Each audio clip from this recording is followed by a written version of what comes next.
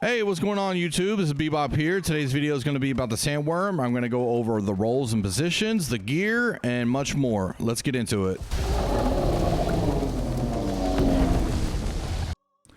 First of all, before we begin, you want to go over here to the Worm Sign Obelisk to pick up the Trial of Devourer quest. Now, with this quest, you're going to get really great rewards, AGS style. You're going to get a 615 bow that's you're never going to use. You'll also get a gypsum orb and 115 gold or whatever it is. So, great rewards for the hardest content in the game. I mean, worth it, baby. Now, once you get into the sandworm trial, you're going to spawn up here on the catwalk. This is where you're going to go ahead and code up. You're going to go ahead and charge your heart rune. You're going to go ahead and do all what you need to do, because once you step on the battlefield down there, you will be in combat, so you will not be able to, traditionally just go into your inventory, use items. You'll have to slot them into your 1, 2, 3, 4 slots, then use them. Not a big deal, but keep an eye on that. Now, if we look at the clothing here, I got a 725 headpiece with Leech and Flurry. I got Enchanted Ward on the chest, Enchanted Ward Omnidirectional Evade on the hands. I have 725 attuned leather pants and the medium hoplite, feet. Now, I was lucky enough to get the sandworm medium feet, so I will be upgrading those soon and putting those on instead. I crafted this greatsword in 38 intelligence, trinket recovery, so that way when I'm doing the stamina break phase, at least maybe I'll get some health back. But it doesn't matter what perks you have on there. Honestly, you're using it for like 0.5 seconds in the whole fight. So you want the 38 int though, because you want to go ahead and be able to split stack your attributes correctly. Okay, because you'll have too much magnify. If I have a dex greatsword, I'll be like 390 something dex. So now with the ring right here, the sandworm ring, the jewelry, you can craft it. You cannot pick the attribute, so it's going to be random, and then the third perk is going to be random. Now, I wish you could select the attribute, because man, it's a lot of money getting it to roll intelligence at one point, but maybe I'll get there one day. Empowering Toast earring is pretty mandatory in the sandworm. You want to be empowered the whole time as much as you can to do as much damage as you can. This is in-game content, the hardest trial in the game, and the hardest content to do in the game. That's why the public lobbies cannot do this, period, point blank, and it will just never be possible. Now, being the evade rapier, what I'm going to do is set my stats to 25 strength, 355 dex, 25 focus, and the rest intelligence. Now, the gear I'm wearing will help me get to the 350 dex mark, which you want to get to, and 300 intelligence. That way you do 7% more damage when the worm is under 50% health. So you get the 5% light attack damage there with the 25 strength. You get the 5% ability cooldown with the 25 focus dot, the 7 base damage to targets below 50% health, and then of course 350 strength or 350 dex. Anytime you're empowered, 15% extra chance to get a critical. Keen awareness, because you should be at empower cap for most of the fight. Now right here, you will go ahead and select this loadout. It's pretty much what everybody's running. Now you'll check with the head person in charge to see what they want you running as far as which dots for the evade rapier.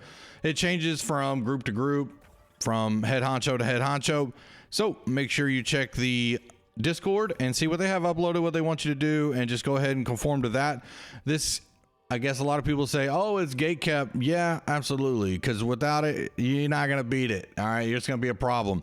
People put a lot of effort, time, and a lot of mind power getting all the numbers figured out, setting up the things in Discord to send out the invites, having to keep up with who can make it, who can't, or who's going to cancel at the last second, and who can't, replacements, fill-ins, teaching, going over all the questions that people have. It's a lot that these people are dealing with. So my company leader, Farley, streams on Twitch. I'll leave his link in the comments. He does an excellent job.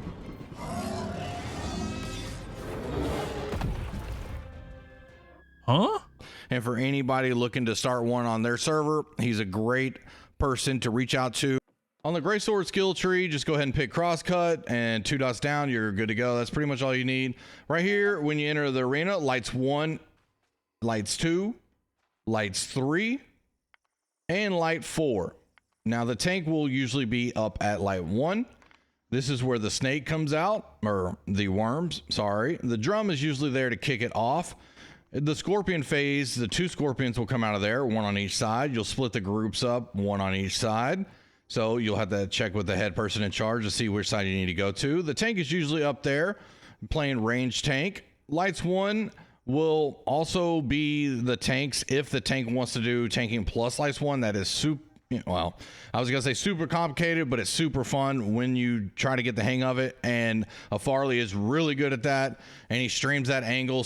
All right, this is light 3, and when you get here, you see the red on the one side and you see blue on the other side. You can turn your camera angle and look to see what color you have. There's a setting in the settings that you're gonna go ahead and pick. That way you can get the far zoom out and be able to turn like I did and see the color.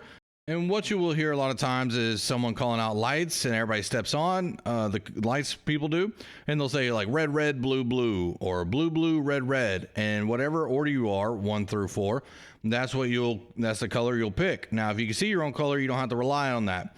And also you'll use your ranged weapon to shoot the acid balls out of the sky so they don't fall on the melee. That's Light's job in a nutshell. And here's what happens when Lights isn't able to shoot the balls out of the sky. The acid balls will fall and destroy everybody. So the tank would be right above me where I'm at right now, and that line of acid would go to the tank as long as he's holding aggro. You got the 2 swipes there that you're gonna have to learn how to block in melee, and let's get it from the very beginning. All right, so depends on what your comp is set up for. We are taking Anger Earthward Pot with beast coatings on the weapon, honing stones, food, all that good stuff, powerful incense. A lot of other people, they'll do beast ward pots instead of Anger Earth. It's just whatever your comp's set up for. Now the drums, once they begin, the worm will start coming out, and the sword that you saw that got dropped there, the guy's shield, you really can't break for a long time unless you have the lights buff. The lights buff that you heard at the very beginning, that's like boom, that is basically empowering you to take down the enemy shields. So whenever those mobs spawn, it's very imperative that the lights give us the buff so we can take their shields down, or they're going to come down and cause a lot of problems. All right, let's get into some of the mechanics. So after he comes out, right now he's shooting acid up in the air that the lights players are taking out. And the boss got mad, so now he's spitting acid at them, trying to kill them, and they are dodging. Nothing else going on there. And while we're all here in melee, just going ahead and going through our cycles, you just want to evade, light attack, flurry, light attack, evade, light attack, flurry, light attack, if you're evade rapier. Everybody's got different roles. There's a Ren bot, there's a 2 bleed rapiers, there's, you know, sword and shield player, there's healers. So you want to try to pick out which role you may want to do, and then try other roles too, because it'll help make you more well-rounded and you'll get accepted more into different groups. Now these mobs come up, they can either be melee mobs or ranged mobs. These are ranged, they're not going to come to us, so the lights players usually got to help us out by shooting those when they can. They are also dodging the acid up top. The tank may have lost aggro there with the acid going toward light 2. That is a swipe that you want to block. As long as you look in this general direction and block, you will be just fine. There are certain times you can get revives on players, certain times not. If they're too far up near the worm, you're not going to be able to res them because the body's going to push you. You'll have to wait till the scorpion phase. So what the worm's doing is just putting a line of acid down toward the tank. He's also spitting acid at the lights, and then he's melee swiping us at times. We have an off tank that is holding one of the swordsmen, so after the scorpion phase, we can get that sword and do extra damage to the boss. Now, groups 1 and 2 may go left, and the groups 3 and 4 go right. It's up to your comp. You'll have to check with them. You split up, and you want to try to do as much damage to the scorpion as you can. You'll have basically a off tank, you know, guiding them. Usually you'll start out in the middle like what we did. You'll go forward toward where the scorpions spawn and work your pattern around just how we did beautifully right there. Now, right here, there's usually a count to 4, the big boom, boom, boom. And then on the 4th one, you could do your grid attack so you don't get knocked back. And once you hear the chime, you can start doing stamina damage right there. Now, the sword dude is dead. We all need to be over here grabbing the sword. Don't know where everybody was at right there. And now it's back to melee. All the scorpions will come to us. Very easy to kill. The lights guys are shooting the acid out of the air. We don't know what he's going to do next. Now he's going to do a line of acid toward the tank. And you want to be very careful right here. Swipe coming in at us, block. And then you can get back to melee. Now, on that second part, if you're too far to the right, he will hit you in the back. So make sure you're on the left. Anytime he's coming at you, you can block. You have to block it. Now, when he's swiping on the other side where we're not at, then you can go back to melee, but just be high up on the left. All right, mobs are spawning here. They look like probably going to be mostly ranged. We got the big dude, but we have the lights buff, so we're able to take down his shield really quickly. They were all melee, sorry. And we get the sword buff. Now, it's best if you can kind of divide up who's going to get what. A lot of people will go for it instantly, and then we're all sitting there just trying to press E together, and it's just not loading for anybody. I'll wait a little bit, let everybody grab it, and then I'll go second wave. So if you can divide that up, first wave, second wave, that might be something that might help out the group. It just depends. I mean, and sometimes everybody can just grab it really quickly. So anyways, we're on to the second scorpion phase. So we start out here in the middle, then we will push our way up. In case the worm pops up on us, we don't want the acid anywhere near the middle where we're going to go down and do the stamina break phase. So we were able to nuke him really quick. So was the left side. 1, 2, 3, 0, 4 crosscuts. Stay on top of each other. 1, 2, 3, 4. Keep hitting. That ching, that chime you heard was the stamina bar coming into play.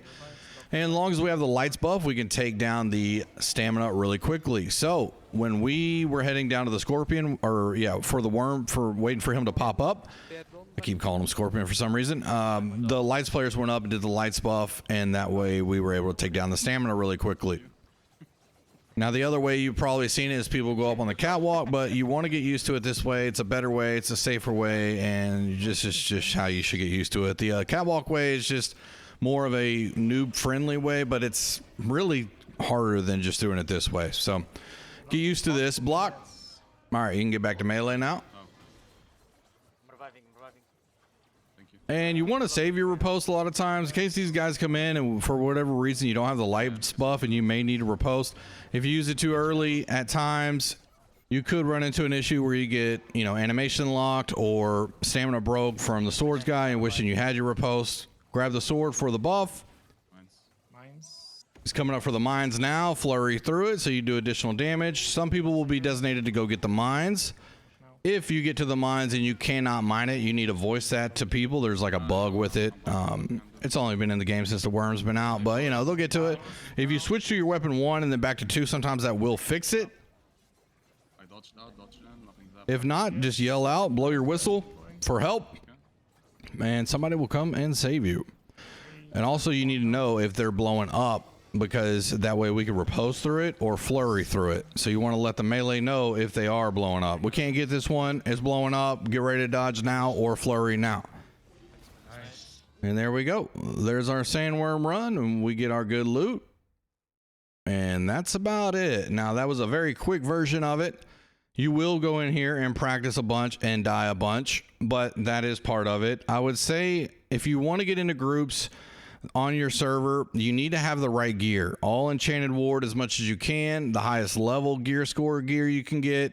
Also, you want to have the right perks for whatever role you're trying to go for. I will do another video and I will go through exactly what perks for the roles you need, and with graphics, that way you can see it a lot easier. And I will do that probably tomorrow. I'll work on that tonight. May have that out on Christmas Day. And that way you can present yourself to a group that's maybe looking for fill-ins or backups or maybe permanent people. And if you show that you got the gear, you got some basic knowledge. We had a guy come in last night. He's never done the worm before, but he watched videos. He did some research, and he performed the best I've ever seen any new player in the worm perform. He came in, he didn't die to swipes amazingly. That's usually the first thing people die to. And then he just lasted, and you know, I think maybe one of the 5 runs or whatever he might have died, but dude, he did amazing. So that's how you do it. We were like, oh, okay, we're gonna make sure we remember this dude and get him in on some more runs, you know, in case we want to get some more speeds or something going down the road on the fresh start server. So that's how you want to do it, and that's how he did it. So anyways, hope you enjoyed the video. If you have any questions, leave them in the comments, and I will see y'all on the next one. Later.